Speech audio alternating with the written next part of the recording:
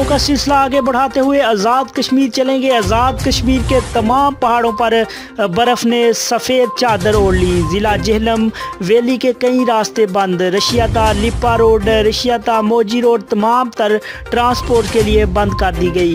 लिप्पा मोजी road पर snow sliding का खदशा है। स्नो स्लाइडिंग की वजह से बड़ा नुकसान हो सकता है। इंतज़ामिया की तरफ से लाया अमल तैयार। अवाम गैर ज़रूरी सफ़र से इज्तनाब करें। आपको अहम तरीन खबर से आगाह करते चलें। आज़ाद कश्मीर के तमाम पहाड़ों पर बर्फ़ ने सफ़ेद चादर ओढ़ ली। ज़िला जेहलम वैली के कई रास्ते बंद। रशियाता लिप्पा रोड, रशियाता मोजी रोड तमाम तर ट्रांसपोर्ट के लिए बंद कर दी गई है।